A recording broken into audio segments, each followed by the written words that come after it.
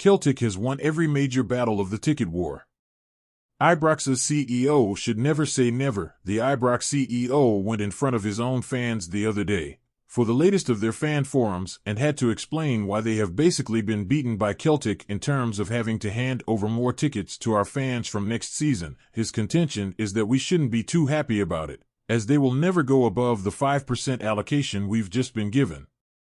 Those comments should be bookmarked for the future. I have a lot more to write on that fan forum later on, but for now what's obvious is that these people simply refuse to learn.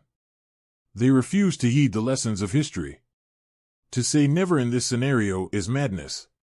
It is even stupider when you put it in the context he has. They never wanted to give us 5%.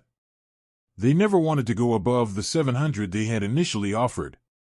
But they have been wrong-footed and outfought by Celtic at every turn here. They were stunned by some of the moves we made during this, from refusing tickets to banning their fans. The SPFL did not want to be involved in this, we dragged them in. Their club looks ridiculous as a result of this stuff, and it should be noted that he was there apologizing to fans who he gave a categorical assurance to that they would not have to move out of their seats for these matches, and he was basically telling them that yeah, you will have to move after all. Which is hilarious, and must have been thoroughly embarrassing for him and for everyone in the room who realized what that meant. He said that they only accepted this settlement because a much bigger one would have been forced on them at another time. I am glad he realizes that. But that possibility hasn't been put to bed with this, far from it. This is nothing more than a gentleman's agreement between two clubs and the league.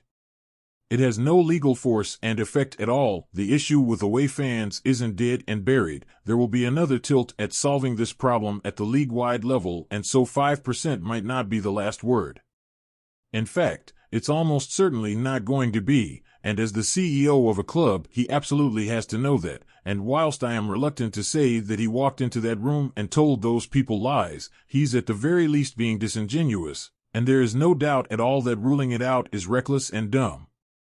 In fact, it seems pretty obvious that all he did was indulge in a bit of macho posturing in an effort to turn a defeat into some kind of victory.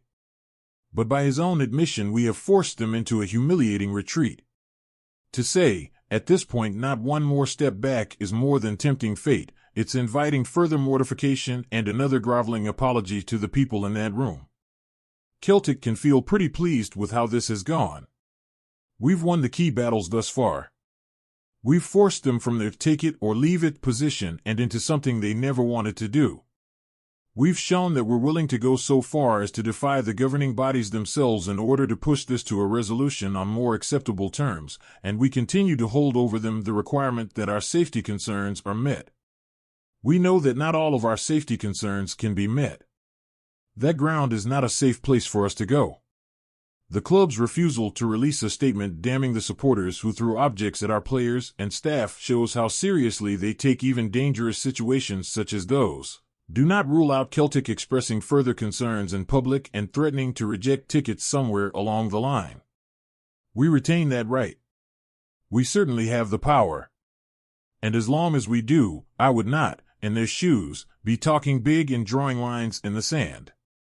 The very first thing they did when they cut our allocation was draw a line in the sand, and then little by little retreated back from it, and we first crossed it and then drove a whole tank division across, and all they were able to do was run wailing to the SPFL with a demand that we be punished for it. And the result of that was the current settlement, on our terms. I understand his need to play to the gallery, but this isn't over by a long way. If they believed him when he said that it was, well, more fool them, and more fool him too, because when he's proved wrong he's going to have to grovel all the harder.